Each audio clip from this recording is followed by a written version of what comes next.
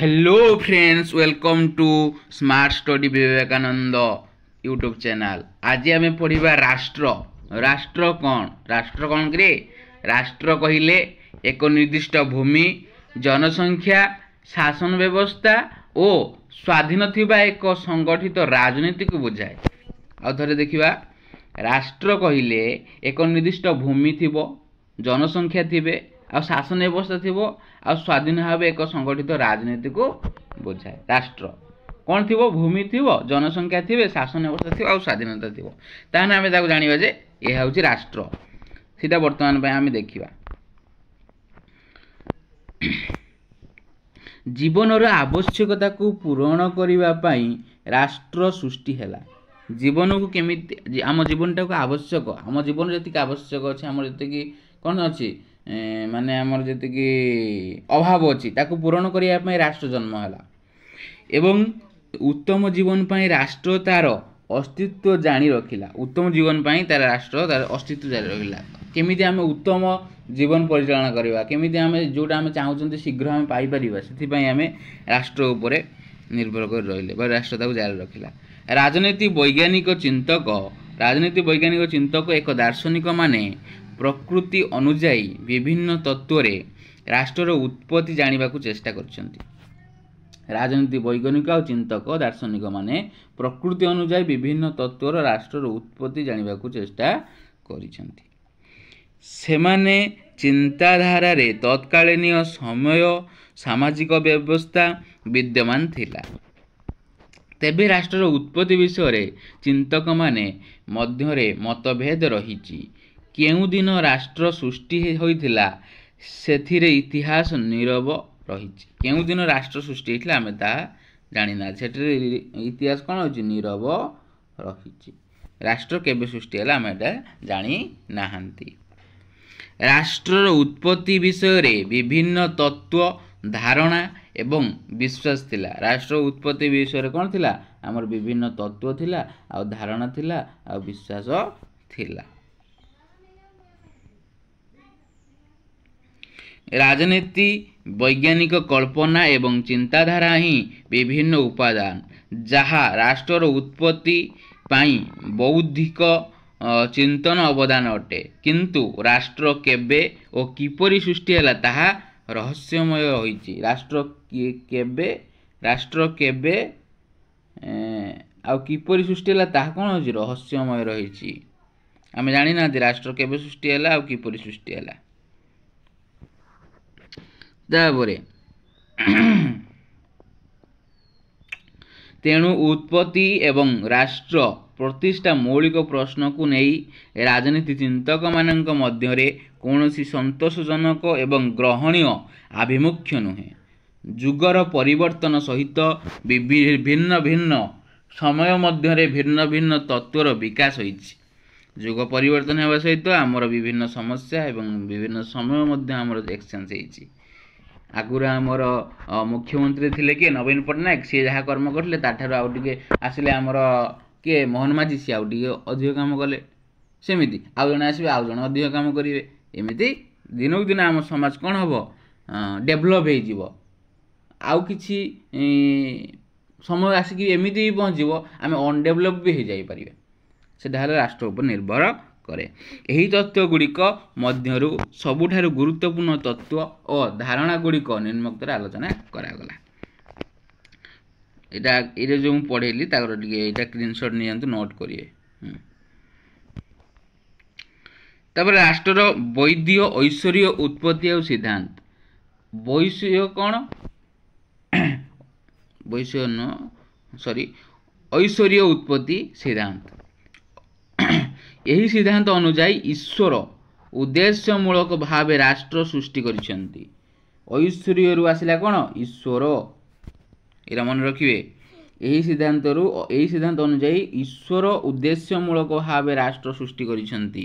राष्ट्र के सृष्टि करचंती? ईश्वर सृष्टि करचंती बोलन ध्यान करा जाय। एवं ईश्वरंकर एही निर्दिष्ट कार्य हेउची मानव जाति को विनाशरु रक्षा करिबा। ईश्वरंकर कार्य कौन? ईश्वरंकर एही निर्दिष्ट कार्य हेउची मानव जाति को विनाशरु रक्षा करिबा। कार? आम राष्ट्रर कार्य बा ईश्वरंकर कार्य। ଏହି କାରଣରୁ ଈଶ୍ୱର ତାଙ୍କର ପ୍ରତିନିଧିମାନଙ୍କୁ ମାନବ ସମାଜ ଉପରେ ଶାସନ କରିବାକୁ ପଠାଇଛନ୍ତି। ଏଥିରୁ ଆମେ କ'ଣ କ'ଣ ଇଏ କହୁଛେ ନା ଈଶ୍ୱର ତାଙ୍କର ପ୍ରତିନିଧିମାନଙ୍କୁ ଆମର ଯେଉଁ ରାଜନେତା ରହିଲେ ଈଶ୍ୱର ତାଙ୍କର ପ୍ରତିନିଧିମାନଙ୍କୁ ମାନବ ସମାଜ ଉପରେ ଶାସନ ପରିଚାଳନା କରିବାକୁ ପଠାଇଛନ୍ତି ବା ପଠାଇଲେ। ଶାସକମାନେ ଈଶ୍ୱରଙ୍କ ଦ୍ୱାରା ଏକ ପ୍ରତିନିଧି ଭାବେ ନିଯୁକ୍ତି ହୋଇଥାନ୍ତି। ଶାସକମାନେ କ'ଣ ହୋଇଥାନ୍ତି? ଈଶ୍ୱରଙ୍କ ଦ୍ୱାରା ଏକ ପ୍ରତିନିଧି ଭାବେ ନିଯୁକ୍ତ ହୋଇଥାନ୍ତି ଏବଂ ସମ୍ରାଟ ନାମରେ ସେମାନେ ତାଙ୍କର କାର୍ଯ୍ୟ ପାଇଁ ଈଶ୍ୱରଙ୍କ ପ୍ରତି ଉତ୍ତରଦାୟୀ ରହିଥାନ୍ତି। ଏବଂ ସେମାନେ କ'ଣ କେଉଁ ଭାବରେ ରହିଥାନ୍ତି? ସମ୍ରାଟ ନାମରେ ରହିଥାନ୍ତି। କାହା ପାଖରେ ଉତ୍ତରଦାୟୀ? ଈଶ୍ୱରଙ୍କ ପାଖରେ ଉତ୍ତରଦାୟୀ। ଈଶ୍ୱର ଯେହେତୁ ପଠାଇଛନ୍ତି ସେ ଈଶ୍ୱରଙ୍କ ପାଖରେ ଉତ୍ତରଦାୟୀ ରହିବେ ନା। ସେ କ'ଣ ଲୋକମାନଙ୍କ ପାଖରେ ଉତ୍ତରଦାୟୀ ରହିବେ? ଈଶ୍ୱରଙ୍କ ପାଖରେ ଉତ୍ତରଦାୟୀ ରହିବେ। ଏହି ତତ୍ତ୍ୱ ଅନୁସାରେ ସମସ୍ତେ ଈଶ୍ୱରଙ୍କ ଆଦେଶକୁ ମାନିବା ଉଚିତ। ଏହି ତତ୍ତ୍ୱ ଅନୁସାରେ କ'ଣ? ଏ ଐଶ୍ୱର୍ଯ୍ୟ ଉତ୍ପତ୍ତି ସିଦ୍ଧାନ୍ତ ଅନୁଯାୟୀ ସମସ୍ତେ ଈଶ୍ୱରଙ୍କର ଆଦେଶକୁ ମାନିବା ଉଚିତ। ଈଶ୍ୱର ପ୍ରତି କୌଣସି ପ୍ରକାର ଅବମାନନା ହେଉଛି ଏକ ପାପ। ଈଶ୍ୱରଙ୍କ ପ୍ରତି ଆମେ ଯେଉଁ ତାଙ୍କର ଯେଉଁ ଅବମାନନା କରିବା ବା ତାଙ୍କ ଅନୁଯାୟୀ ଆମେ କାମ ନ କରିବା ସେଟା ହେଲା କ'ଣ? ଏକ ପାପ ବୋଲି ସ୍ୱୀକାର କରାଯାଏ। ଯେଉଁଥିପାଇଁ ଐଶ୍ୱର୍ଯ୍ୟ ଦଣ୍ଡ ଥିଲା ବୋଲି ସମସ୍ତେ ବିଶ୍ୱାସ କରୁଥିଲେ। ଯାହା ପାପ କଲେ କ'ଣ ଥିଲା? ଐଶ୍ୱର୍ଯ୍ୟ ଦଣ୍ଡ ଥିଲା। ଐଶ୍ୱରିକ ଦଣ୍ଡ ଗୋଟେ ଥିଲା। ସେ ସମସ୍ତେ କ'ଣ କରୁଥିଲେ? ବିଶ୍ୱାସ କରୁଥିଲେ। ରୋମାନ ସାମ୍ରାଜ୍ୟ ସମୟରେ ଏବଂ ମଧ୍ୟଯୁଗ ୟୁରୋପୀୟ ରାଷ୍ଟ୍ରର ଏହି ଐଶ୍ୱର୍ଯ୍ୟ ଉତ୍ପତ୍ତି ତତ୍ତ୍ୱ ହୋଇଥିଲା। ଏଇଟା କେଉଁଠି ହୋଇଥିଲା? ଆମର ରୋମାନ ସାମ୍ରାଜ୍ୟ ସମୟରେ ଆଉ ମଧ୍ୟଯୁଗ ୟୁରୋପରେ ଏହି ରାଷ୍ଟ୍ରରେ ଏହି ଐଶ୍ୱର୍ଯ୍ୟ ଉତ୍ପତ୍ତି କ'ଣ ହୋଇଥିଲା? ଉତ୍ପତ୍ତି ତତ୍ତ୍ୱ ହୋଇଥିଲା। ତା ରାଜାଙ୍କର ଐଶ୍ୱର୍ଯ୍ୟ ତତ୍ତ୍ୱକୁ ସମର୍ଥନ କରି ଇଂଲଣ୍ଡର ରାଜା ଜେମ୍ସ ପ୍ରଥମେ କହିଥିଲେ ଯେ ପୃଥିବୀରେ ରାଜାମାନେ ଈଶ୍ୱରଙ୍କର ପ୍ରତିନିଧିମୂଳକ ନିଶ୍ୱାସ ନେଉଛନ୍ତି। ପୃଥିବୀରେ କ'ଣ କରୁଛନ୍ତି? ରାଜାମାନେ ଈଶ୍ୱରଙ୍କର ପ୍ରତିନିଧିମୂଳକ ନିଶ୍ୱାସ ନେଉଛନ୍ତି ଏବଂ ଈଶ୍ୱର ଆଦେଶକୁ ଅବମାନନା କରିବାର ଅର୍ଥ ହେଉଛି ଈଶ୍ୱରଙ୍କୁ ଅବମାନନା କରିବା। ଈଶ୍ୱରଙ୍କ ଆଦେଶକୁ ଅବମାନନା କରିବା ହେଉଛି ଈଶ୍ୱରଙ୍କୁ ଅବମାନନା କରିବା।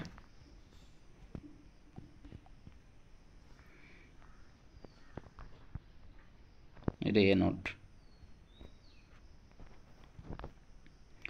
ତାପରେ କହିଲେ କିଏ? ତାପରେ କହିଲେ ସାର୍ଟ ରବର୍ଟ ଫିଲ୍ମର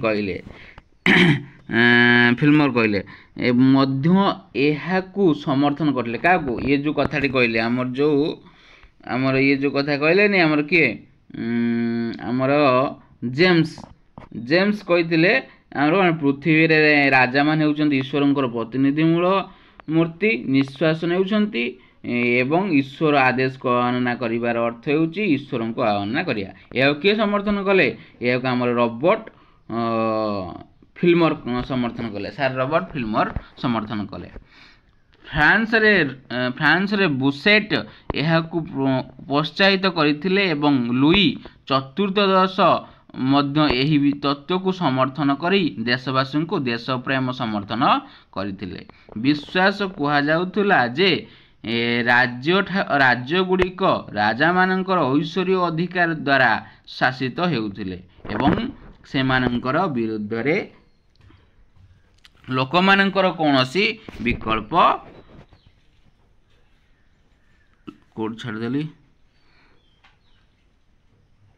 ସମର୍ଥନ କରିଥିଲେ। ବିଶ୍ୱାସ କରାଯାଉଥିଲା ଯେ ରାଜ୍ୟଗୁଡ଼ିକର ଐଶ୍ୱର୍ଯ୍ୟ ଅଧିକାର ଦ୍ୱାରା ଶାସିତ ହେଉଥିଲେ। ସେମାନଙ୍କର ବିରୁଦ୍ଧରେ ଲୋକମାନଙ୍କର କୌଣସି ବିକଳ୍ପ ନଥିଲା।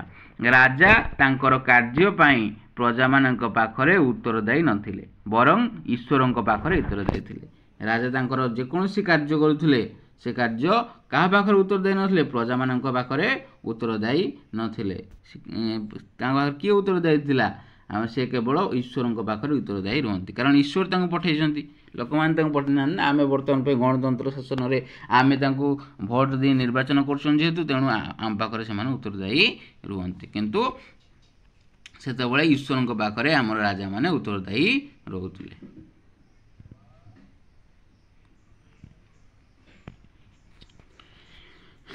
ଐଶ୍ୱର୍ଯ୍ୟ ମୂଳତତ୍ତ୍ୱ କ'ଣ? ଐଶ୍ୱର୍ଯ୍ୟ ମୂଳତତ୍ତ୍ୱ ରାଜାମାନଙ୍କର ଐଶ୍ୱର୍ଯ୍ୟ ଅଧିକାର ସିଦ୍ଧାନ୍ତ ଭାବେ ମଧ୍ୟ ଜଣାଶୁଣା। ଏହି ସିଦ୍ଧାନ୍ତର ସମର୍ଥକମାନେ ବିଶ୍ୱାସ କରନ୍ତି ଯେ ମନୁଷ୍ୟର କୌଣସି ପ୍ରୟାସ ଦ୍ୱାରା ରାଷ୍ଟ୍ର ସୃଷ୍ଟି ହୋଇନାହିଁ।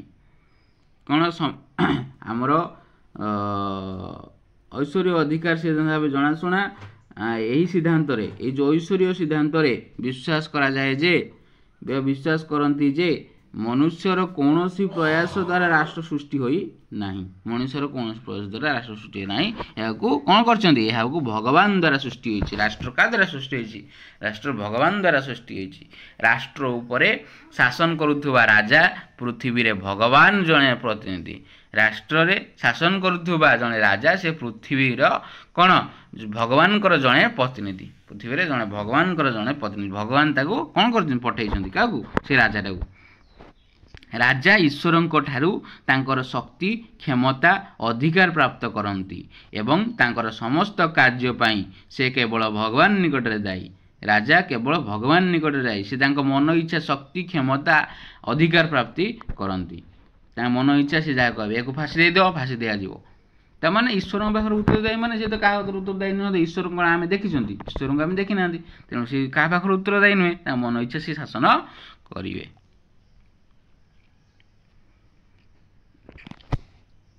ରାଜା ଆଇନକୁ ଉର୍ଦ୍ଧ୍ୱରେ ଥିଲେ। ରାଜା ଆଇନ ଠାରୁ କ'ଣ ଥିଲେ? ଉର୍ଦ୍ଧ୍ୱରେ ଥିଲେ।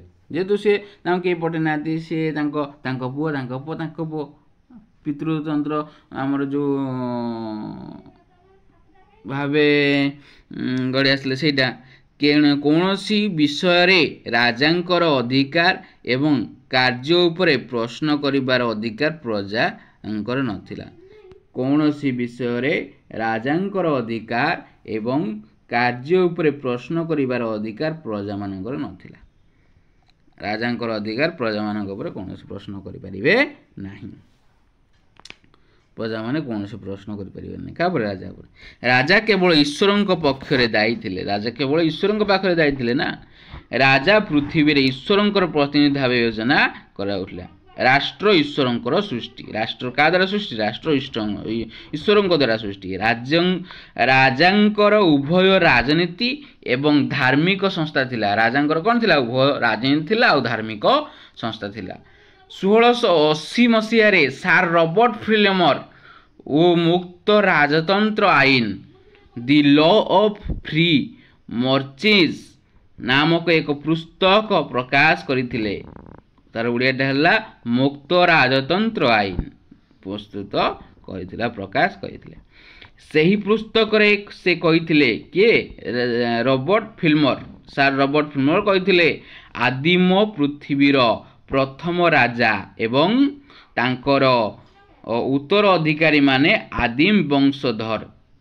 ଆଦିମ ପୃଥିବୀର ପ୍ରଥମ ରାଜା। ଆଦିମ ମାନବ ଯେଉଁ ଥିଲେ ପୃଥିବୀରେ ପ୍ରଥମେ ଯିଏ ମାଙ୍କଡ଼ଙ୍କର ପୂର୍ବ ଅବସ୍ଥାଟା, ମାଙ୍କଡ଼ର ପର ଅବସ୍ଥାଟା ଆଦିମ, ମାଙ୍କଡ଼ର ପର ଅବସ୍ଥାଟା, ହଁ ମାଙ୍କଡ଼ର ପର ଅବସ୍ଥା ଆଦିମ ମାନେ ଯେଉଁ ଥିଲେ ସେମାନେ କ'ଣ? ସେମାନେ ପୃଥିବୀର ପ୍ରଥମ ରାଜା ଥିଲେ। ତାଙ୍କର ଉତ୍ତରାଧିକାର ହେଉଛନ୍ତି ଆଦିମର ବଂଶଧର। ଆଦିମଙ୍କର ବଂଶଧର ହେଉଛନ୍ତି ତାଙ୍କର ଉତ୍ତର ଅଧିକାର।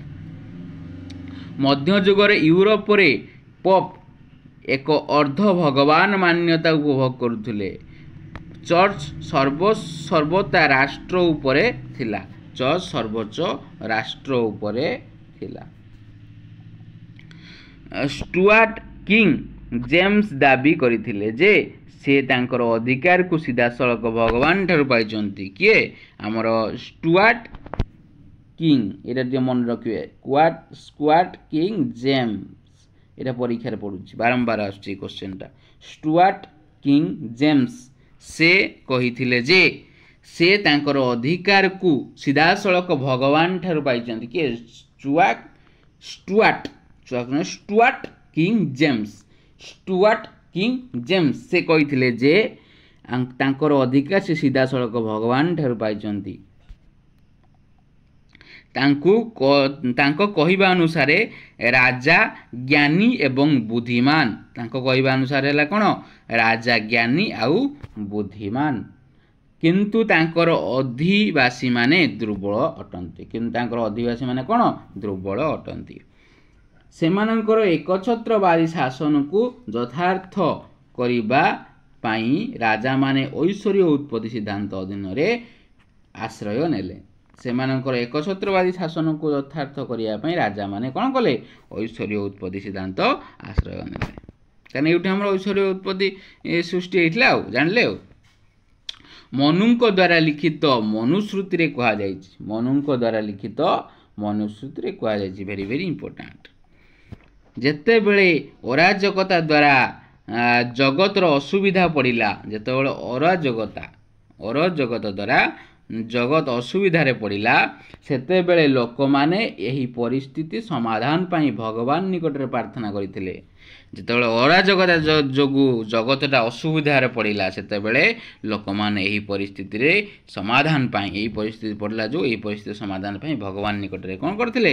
ପ୍ରାର୍ଥନା କରିଥିଲେ। ପୃଥିବୀ ଉପରେ ଶାସନ କରିବାକୁ ମନୁ ନିଯୁକ୍ତି କରି ଭଗବାନ ଖୁସି ହେଲେ। ପୃଥିବୀ ଉପରେ ଶାସନ କରିବାକୁ ମନୁଙ୍କୁ ନିଯୁକ୍ତି ଦେଲେ। କିଏ? ଭଗବାନ ନିଯୁକ୍ତି ଦେଲେ। ହଁ ଆମର ପୃଥିବୀ ଉପରେ ଶାସନ କରିବାକୁ ମନୁଙ୍କୁ କ'ଣ କଲେ? ନିଯୁକ୍ତି ଦେଲେ। କିଏ? ଭଗବାନ ଦେଲେ। ଭଗବାନ ଖୁସି ହେଲେ। ନିଯୁକ୍ତି କରି ଭଗବାନ ଖୁସି ହେଲେ। ମୁସଲମାନ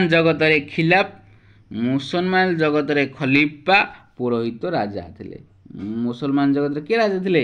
ଖଲିଫା ପୁରୋହିତ ରାଜା ହେଲେ। ବୌଦ୍ଧ ଧର୍ମରେ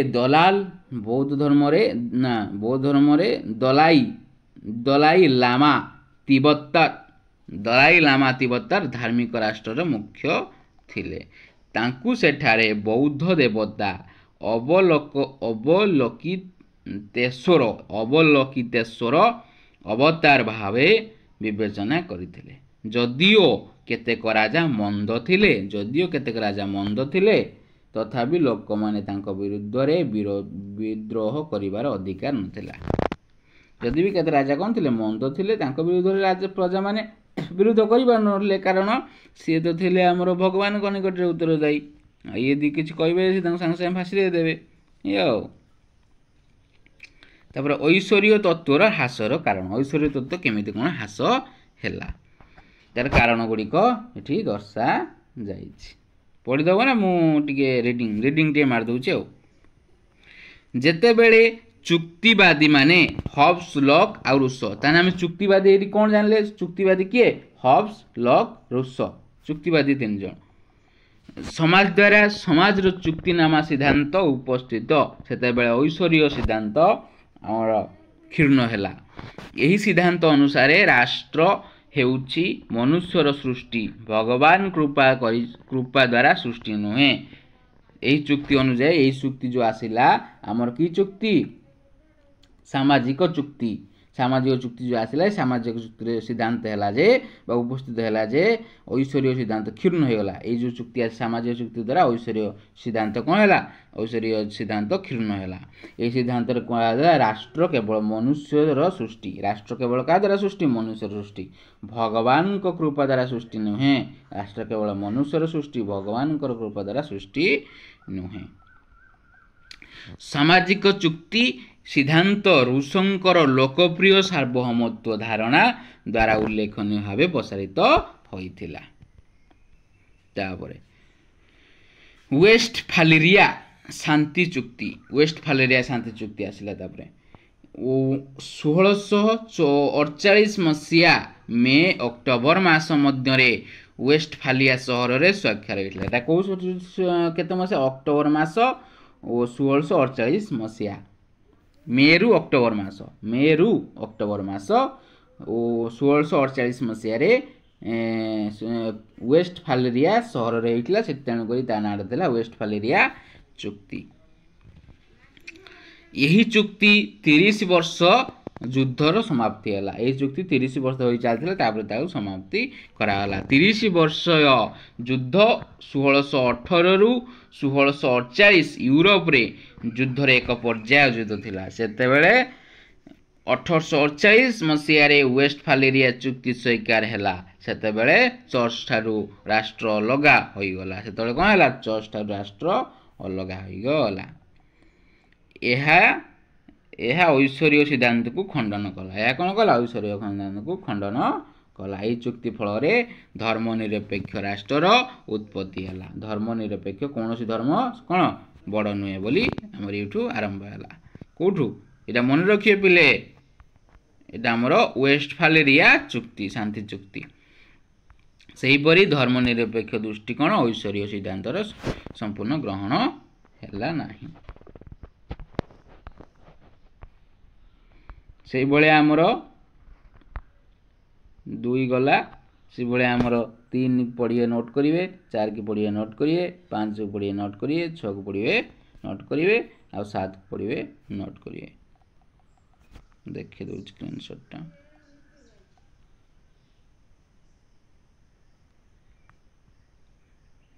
3 4 5 नोट करने 5 6 7 8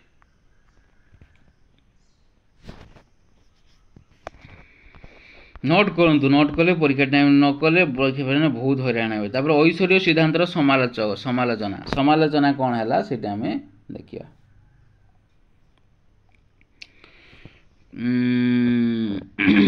तार सब कौन समालोचना सिद्धांत गुड़िक सब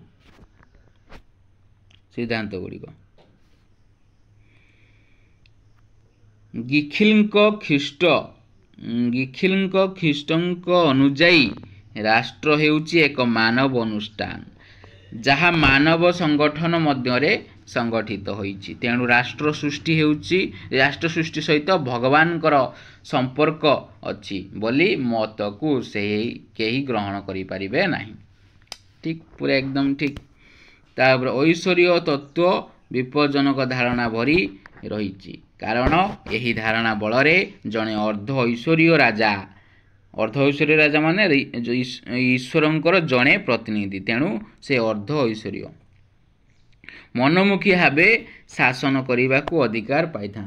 जेहेतु से ईश्वर बढ़े देते मनमुखी भाव शासन करेंगे। ईश्वर तो कहीं ना ईश्वर सब था ईश्वर कहीं ना आम खाली मिछुटारे कहते ईश्वर ईश्वर ईश्वर ईश्वर कौन आम निजे ईश्वर आम जहाँ निजे करवा सी हूँ ईश्वर। आम यदि निजे भूल काम कर ठीक है जाऊ ठाकुर पाखे प्रार्थना करा केमी हम आम यदि ठीक करिया ठीक हम भूल करिया भूल हम ये ईश्वर। से केवल ईश्वर निकट में दायी एवं जनमत सम्मान को बाध्य रुहति ना। से जनता को किसी उत्तरदायी पाखे रुहति ना से केवल ईश्वर द्वारा दायी। एपरी सिद्धांत को शासक मनमुखी कर यहीपरी शासन व्यवस्था को शासक कौन कर मनमुखी भाव शासन कर। ऐश्वर्य सिद्धांत वास्तव कारण जड़े खराब एवं निष्ठुर शासक ऐश्वर्य विश्वास अधीन शासन जारी रखिए। सही कारण इंग्लैंड जेम्स द्वारा द्वितीय एवं फ्रांस षोडश लुई परी खराब शासक माने लोक मान द्वारा विताड़ित होते। जदि ऐश्वर्य सिद्धांत ग्रहण करी जाए तेबे राजा और शासक माने विताड़ित हो पारिबे नहीं। कारण मुझे शीघ्र शीघ्र पढ़ी दूसरी कारण आहरी अधिक पेज अच्छी पढ़ी सारे पड़ो। ऐश्वर्य तत्व विज्ञान सम्मत नुहे। ऐश्वर्य शब्द कौन विज्ञान सम्मत नुहे। विज्ञान केमी सम्मत कर ऐश्वर्य सीधा मन इच्छा शासन कर विज्ञान सम्मत कर। जत्नशील वैज्ञानिक विश्लेषण पर आंथ्रोपोलोजिस्ट एवं सामाजिक विज्ञानी माने यही सिद्धांत को राष्ट्र उत्पत्ति विषय एक व्याख्या भाव संपूर्ण अपरिहार्य बोली त्याग करिसेंती। ऐश्वर्य सिद्धांत सार्वजनीन भाव यही धारणा को विरोध करे जे राष्ट्र हेउची एक ऐश्वर्य विवर्तन फलाफल। राष्ट्र उत्पत्ति विषय साधारणतः ग्रहणीय सिद्धांत हेउची परिवार बल एवं राजनीति चेतना भली विभिन्न कारण राष्ट्रर अभिवृद्धि पछरे थिला। ऐश्वर्य सिद्धांत अगणतांत्रिक यही सिद्धांत राजा को संपूर्ण एकछत्र करिवो एवं तांकर शासन कदापि गणतंत्र हेबो नाही। तेणु यही सिद्धांत विषय वस्तु गणतंत्र आत्मा विरुद्ध। तेणु आम ऐश्वर्य मूल्य बा ऐश्वर्य तत्वर मूल्य आम नेक्स्ट पार्ट रे देखिबा। ठीक अच्छे। जय जगन्नाथ।